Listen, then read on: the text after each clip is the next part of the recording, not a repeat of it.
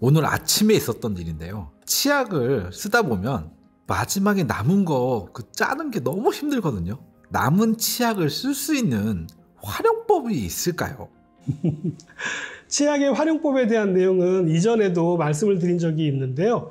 이번에는 치약을 알뜰하게 쓰는 법까지 알려달라고 하시니까 좀 난감합니다만 이러한 부분도 우리 건강과 환경에 영향을 미칠 수 있는 부분이 있으니까 오늘은 치약을 끝까지 알뜰하게 사용하는 법에 대해서도 말씀을 드리도록 하겠습니다.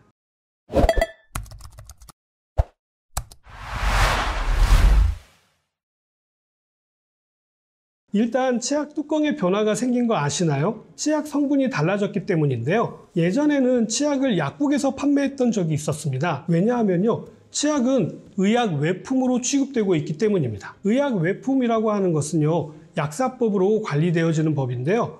질병의 치료 예방 등과 관련된 제품을 지칭하면서 식품의약품안전처장이 지정하고 있는 품목을 이야기하는 것입니다. 치약의 성분을 좀 살펴보자면요, 가장 대표적인 성분이 바로 연마제이고요, 계면활성제, 그리고 그 다음으로는 불소라든지 기타 성분들로 이루어져 있습니다. 지금과 같은 형태의 치약은요, 미국을 통해서 들어오게 되었고요, 우리나라에서는 럭키 치약이 최초로 만들어지게 되었던 것이죠. 연고와 비슷한 모양으로 만들어졌고요, 치약을 개봉하는 방법도 뚜껑을 따고 뒤집어서 콕 찔러서 사용을 했었습니다. 연마제가 많이 함유되어져 있어서 치약이 좀 뻑뻑할 정도로 되직했었거든요. 그래서 칫솔에 먼저 물을 묻힌 다음에 치약을 짜서 사용을 했었습니다. 지금은 물을 묻히지 않고 사용을 해도 되는데요, 저도 습관이 되어서 그런지 여전히 먼저 물을 묻히고 나서 치약을 짜는 버릇이 있더라고요. 치약 튜브도 재활용이 가능한 성분으로 되어 있다는 사실 알고 계셨나요? 버리실 때 세척을 해서 버리셔야 하는데요,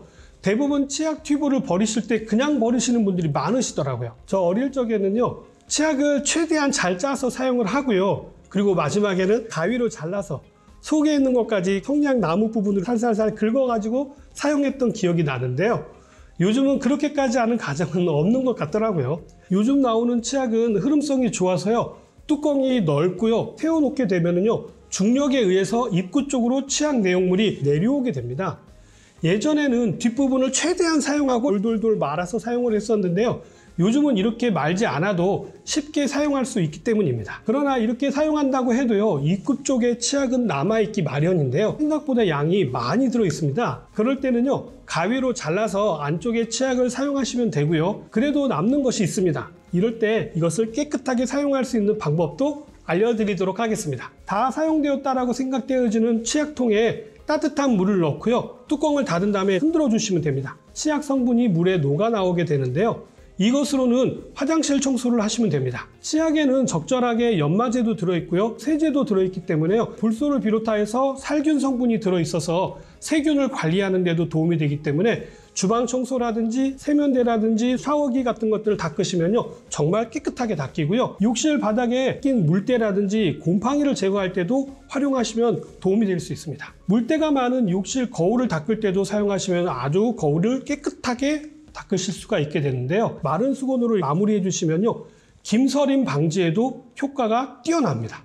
기름 찌든 때가 많은 가스레인지라든지 후드를 닦을 때도 활용이 가능하고요, 찌든 때가 오래된 후라이팬 겉면이라든지 아니면 냄비의 밑면을 닦을 때도 아주 효과적인데요, 먼저 이 치약물을 가스레인지 주변이라든지 프라이팬 겉면에 충분히 묻혀둔 다음에요, 한 5분 정도는 불려줍니다. 그 뒤에 청수쇠미 아시죠? 닦아주시면 녹이나 더러워진 찌든 때를 제거하는 데 도움이 될 수 있습니다. 치약 튜브로 세척해서 버리게 되면은요, 재활용하는 데도 도움이 될 수가 있겠죠. 어떤 분은요, 세척한 치약 튜브를 목 부분을 잘라가지고 밀폐되지 않는 비닐에 넣어가지고 뚜껑으로 덮어서 활용하시면 좋다라고 하시는데요, 완전 밀봉은 좀 어려울 수가 있기 때문에 페트병을 잘라서 이용하시는 것이 훨씬 더 안전하고 효과적입니다. 얘기를 듣다 보니 옛날 생각이 나는데요, 제가 군대에서 치약으로 청소를 했던 게 생각이 나는데, 치약으로 바닥 말고 닦을 수 있는 게 있나요? 바로 세탁기인데요, 다 쓴 치약을 가위로 뚜껑 부위, 몸통 부위, 끝부분 3등분을 해가지고요, 걸레 몇 장과 함께 넣고 표준 세탁을 하고 한 번 더 헹굼을 해주시게 되면은요, 세탁조가 아주 번쩍번쩍하게 됩니다. 내부 청소가 다 된 다음에는요, 치약물을 칫솔에 묻혀가지고 겉면도 닦아주시면 되는데요, 세탁기도 의외로 구석구석 세제 찌든 때 같은 것들이 많이 있습니다. 습기가 많아서 곰팡이가 잘 생기기가 쉬운데요. 치약의 살균 성분으로 인해 가지고 곰팡이도 줄일 수가 있으니까 일석이조의 효과를 보실 수 있게 됩니다. 다만 치약에는 불소를 비롯하여서 금속을 부속시키는 성분이 일부 포함되어 있기 때문에요. 세척하신 다음에 반드시 충분한 물로 헹궈 주시면 됩니다. 반지라든지 귀걸이 같은 액세서리를 닦으실 때 활용하시는 것도 좋은 방법이 될 수 있습니다. 치약으로 양치 말고 다른 신체 부위를 닦는 것도 괜찮을까요? 네, 그럼요. 치약을 그냥 세제처럼 사용하시면 됩니다. 가장 기본적으로 잘 지지 않는 손 냄새 제거에 활용하시면 좋은데요. 마늘 같은 거라든지 생선 같은 것들을 오래 손질을 하다 보면 자주 씻어도 냄새가 제거되지 않는 경우가 있죠. 이럴 때는요, 치약을 사용해서 손을 닦으시게 되면요, 손쉽게 손 냄새를 제거하실 수가 있는데요. 치약으로 손톱 같은 것들을 손질을 하게 되면요, 손톱이 반질반질하게 될 수도 있게 합니다. 손에 기름때 같은 것들이 끼게 되면요, 비누로 여러 번 씻어도 잘 지지 않고요, 손톱 사이사이에 남아있는 경우가 많잖아요. 이럴 때도 칫솔에 치약을 묻힌 다음에 닦으시면요, 손쉽게 제거가 가능합니다. 다음은 무좀이 있으신 분 같은 경우에는요, 발을 씻으실 때 칫솔에 치약을 묻혀가지고요, 발가락 구석구석을 잘 닦으시면요, 무좀을 관리하는 데도 도움이 될 수 있습니다. 다음으로는 우리 인체는 아니지만 흰 운동화나 셔츠의 얼룩을 제거하는 데도 도움이 될 수가 있는데요. 운동화에 얼룩이 졌을 때 하얀 치약으로 문질러 주게 되면요, 세탁기보다도 더 깨끗하게 잘 닦이게 되고요. 때가 좀 많이 탄 꼬질꼬질한 운동화 끈은요, 치약을 푼 물에 담가 넣으면요, 하얀 운동화 끈으로 다시 탄생하게 됩니다. 벽에 낙서까지도 깨끗하게 지울 수가 있으니까 한번 활용해 보시기 바랍니다. 이번에는 좀 특별한 부분인데요. 스마트폰을 사용하시다 보면은 화면에 잔 스크래치가 많이 나게 되잖아요. 핸드폰에 생긴 스크래치에 난 부분들을 부드러운 천에 치약을 묻혀가지고요, 살살살살 문질러 주시면요, 스크래치 부분을 마모시켜서 표면이 아주 매끄럽게 만들어주게 됩니다. 이때 너무 세게 문지르시다거나 아니면 거친 천으로 닦으시면 오히려 스크래치가 더 많이 발생할 수가 있기 때문에 주의하시기 바랍니다. 또 있습니다.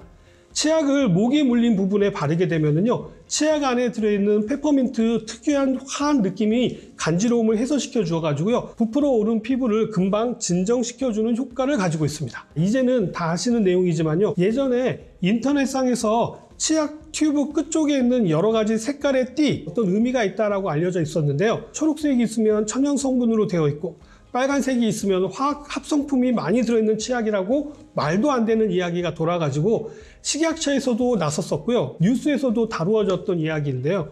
치약 끝쪽에 있는 색깔의 띠는요, 제품을 생산할 때 어느 부분에서 절단하고 밀봉을 해야 하는지를 기계가 인식할 수 있도록 튜브에 인쇄를 할 때 만들어 놓은 것으로 모양이 영문의 I자 모양을 닮았다고 해서 I 마크라고 불리는 표시입니다. 띠의 모양이나 색은요, 품질하고는요 전혀 무관하기 때문에 전혀 신경 쓰지 않으셔도 됩니다. 참, 어린이 치약에 대한 이야기도 있었는데요. 연령대에 맞는 치약을 사용하는 것은 치아 발달을 고려하는 차원에서 분리해서 사용하시는 것이 좋습니다만, 어쩌다 한번 사용하시는 것은 크게 문제가 되지는 않습니다. 아이가 어른 치약을 쓴다거나 아니면 어른이 아이 치약을 쓰셔도 크게 문제가 되지는 않는다는 것입니다. 오늘은 구강 건강을 책임지는 치약의 다른 활용법에 대해서 말씀을 드렸는데 어떻게 좀 도움이 되셨나요? 다 쓴 치약도 충분히 활용이 가능하고요, 또 충분히 세척해서 버리시게 되면요, 치약 껍데기도 재활용이 된다는 사실을 꼭 기억하시기 바라면서 저는 다음 시간에 다시 찾아뵙도록 하겠습니다. 감사합니다.